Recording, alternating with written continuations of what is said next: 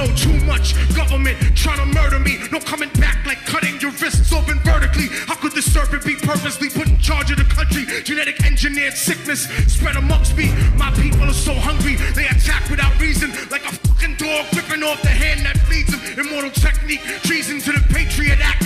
Come and get me, motherfucker. I'm not coming back. This is the point from which I can never return. And if I back down now, then forever I burn.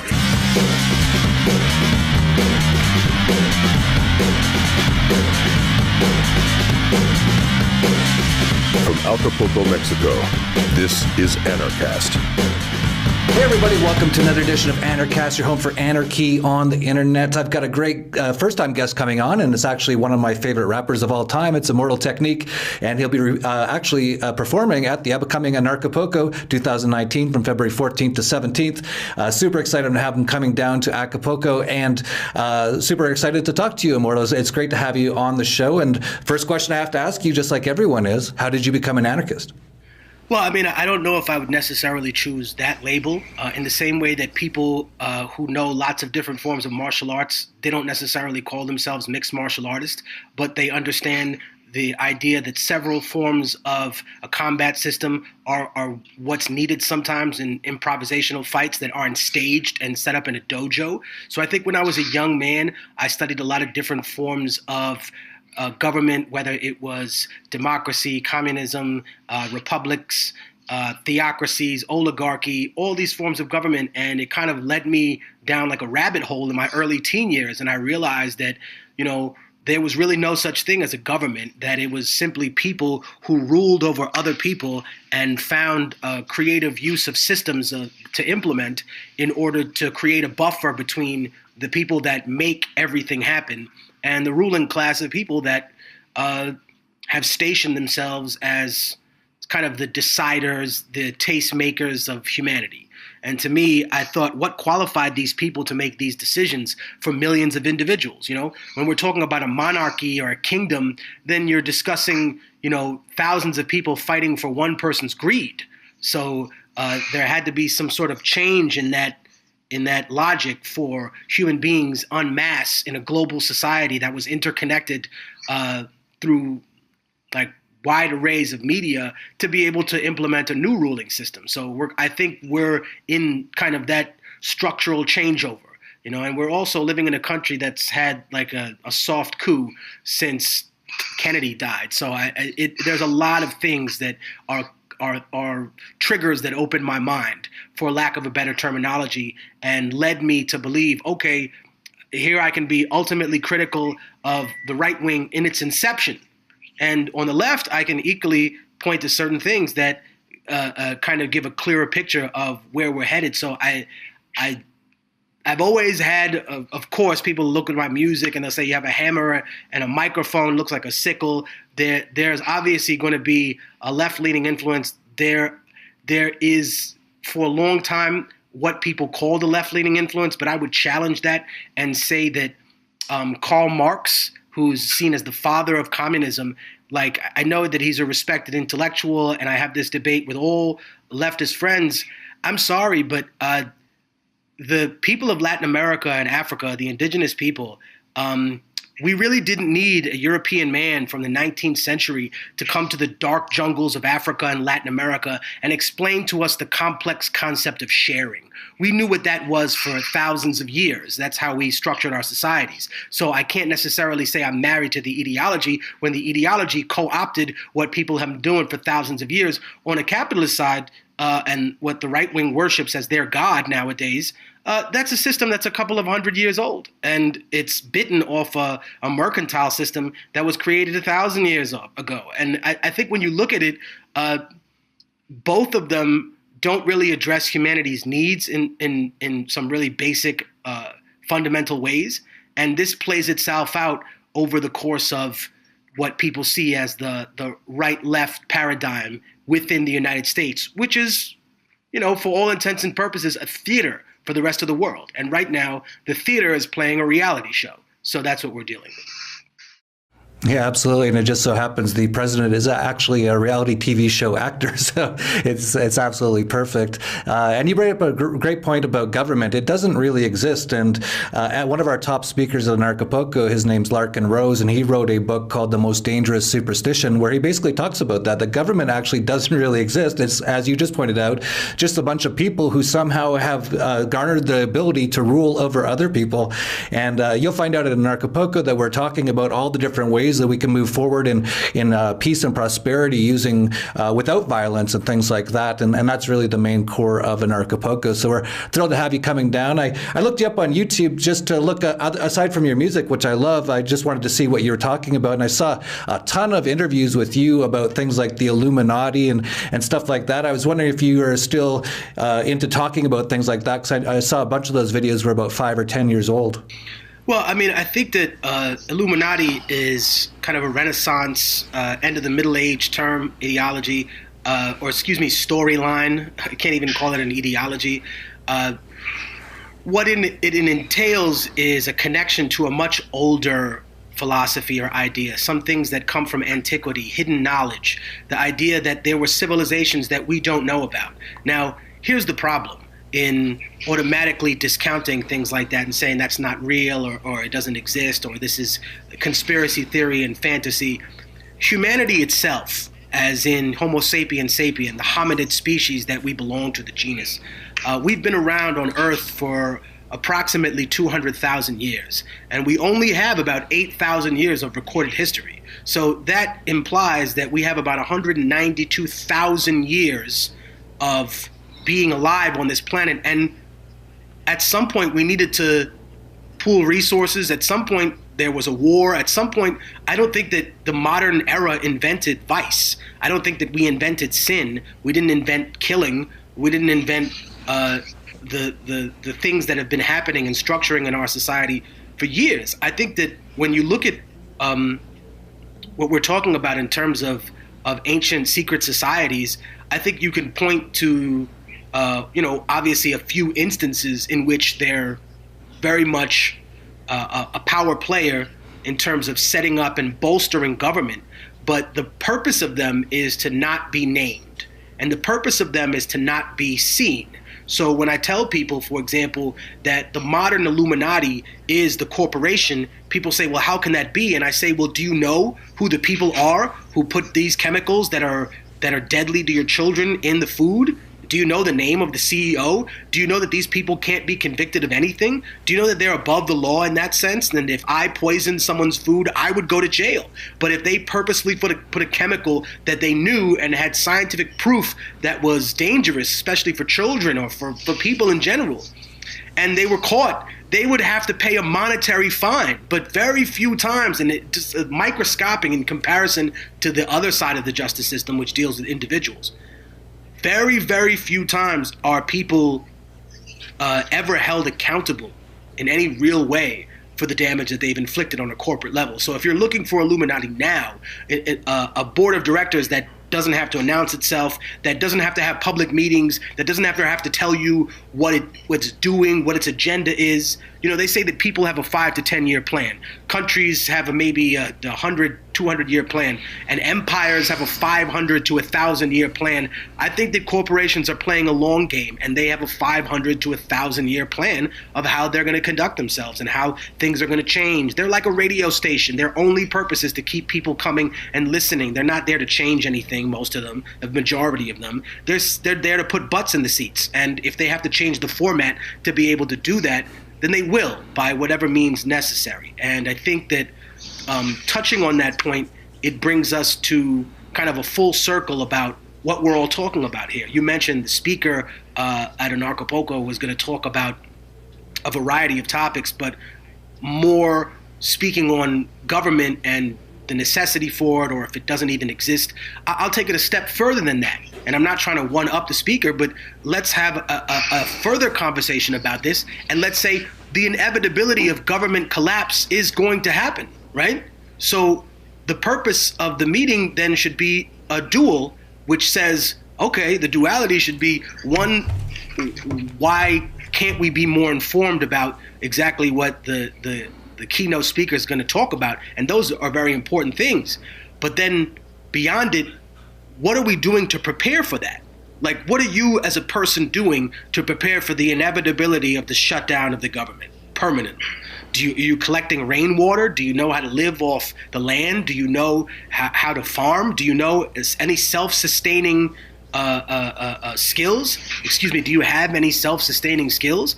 I think that what we should be doing in terms of people who are, I won't say anti-government, but see the veil of government, we should be preparing ourselves for the inevitability of that, especially now when people think that that's so close. And I know that there are individuals who have done this before.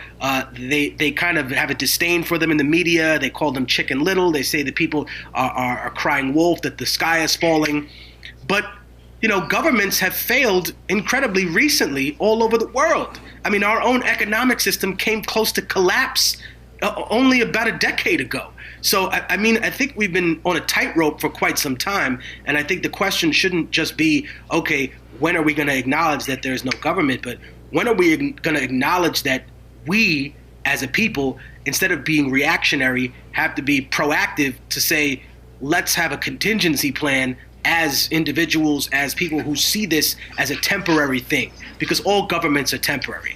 I mean, one of the best critiques of left-wing socialism or communism in general came from a man who wrote The Iron Law of Oligarchy, who wrote down that every government, whether it's democracy, capitalism, communism, theocracy, whatever it is, it always breaks down into an oligarchy. It always breaks down into a politburo, into a handful of senators, into a cabinet, into people who are sitting there and who give these benign names to what they do. They're not a conqueror. They're a director now. You know what I mean? They're not they find different language to describe what we all know is in some way, shape, or form either soft tyranny or the hard face of tyranny. Yeah, absolutely. And you brought up a lot of great points, particularly about things like the Illuminati and conspiracy theories, so-called conspiracy theories and things like that. And I just want to let you know that there's actually a number of speakers talking about that in Acapulco this year. One of them is David Icke. You might be aware of him. He's quite well known. Another is Mark Passio, Max Egan, talking about who's exactly controlling this entire system and things like that. And of course, a lot of us are preparing for moving past these current systems that we have today, this governmental system, a lot of the things that we have, including the pharmaceutical industrial complex, getting off of the meds, getting away from things like that, growing your own food, all those sort of things we'll be talking about at Acapulco. So definitely all the topics that you're talking about there we're dealing with at Acapulco. So super excited to have you coming down.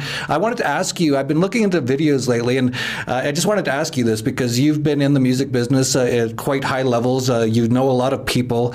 I've seen, for example, some of the people that I really like are people like yourself, people like Lupe Fiasco I like because he talks about, anti-system sort of things.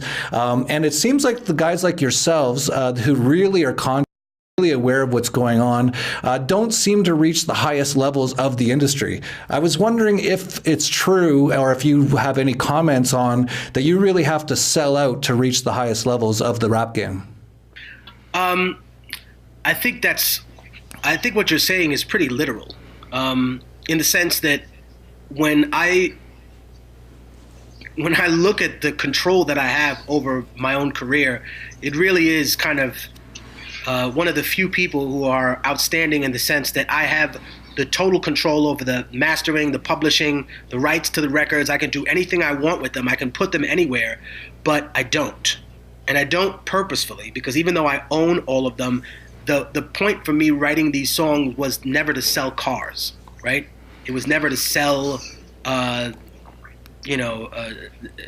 energy drinks to people. I remember I did a festival called Rock the Bells, and it was a great festival, and everybody was there, Rage Against the Machine, Nas, Wu-Tang, and they were coming around to people and they were offering them, some of the younger acts, I'm not going to name names, but they took the money. And the older guys, obviously, they didn't need it, so they didn't care. But they were offering like $15,000, $20,000 for people to do energy drink commercials. And they came to me and they were like, hey, would you like to do an energy drink commercial? You're one of the larger independent artists. We'll give you $15,000. And I said, listen, I appreciate you guys, but I don't drink that. And I don't want my fans to. Like, I get it. If it was some positive cause, like, I traveled into the desert recently with a human rights organization to leave water for immigrants. We do prison reform. I participated in going to Afghanistan to open an orphanage and a school. Like I'm willing to put myself on the line when it comes to certain things. And obviously I need to support and feed my family. But at the same time, I think that was the purpose of a lot of it. Like people who manage rappers or manage artists or manage businesses. I mean, even actors themselves that get millions of dollars to be in movies here, you don't see the commercials they do, but there's a history of them going to other countries to do commercials where it would tank their brand here, but they're able to do it in Germany, or they sell soup in Japan or some shit. You know what I mean? These are the things that they do. I never wanted that. You know what I mean? So I think that's the difference. I think the game was structured in that way for people to almost follow that path in the same way like an athlete would. You see, like an athlete gets a certain salary from a team that he plays for. The team equivalent would be the record label, right? And he doesn't really make that much money from the team as much as he makes off endorsements. Endorsements are where he makes his money, right? So similarly, a lot of artists are in the position where they're looking for the big payday, but they don't realize that the big payday is them selling beer or selling liquor or selling some other shit to people.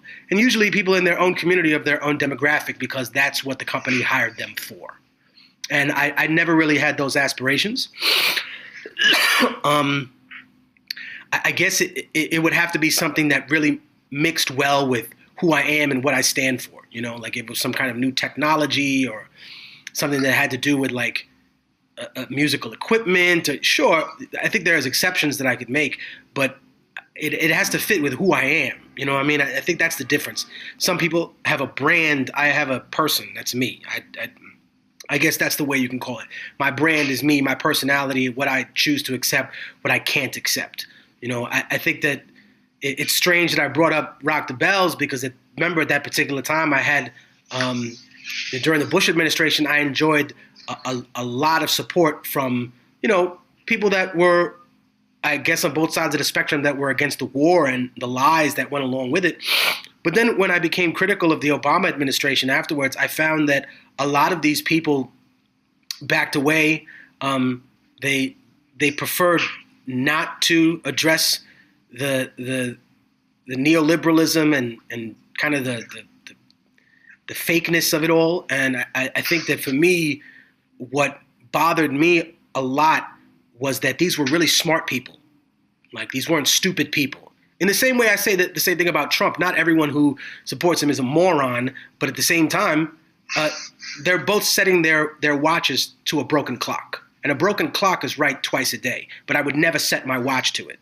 So you have people on the left doing that, people on the right, and then you have individuals who look at a scenario in which we say, okay, if we're looking at a crisis right now, and we're trying to speak about these topics, then it becomes no longer popular if the blame shifts not only to Republicans but to Democrats, right? For example, if you say, yeah, you're throwing kids in cages, this is horrible, this is inhumane, and there should be no but after that, the only question then becomes how. How is a better question than but. How did these circumstances advance themselves? Well, we had a coup in Honduras, which was aided by the Clinton law firm, right?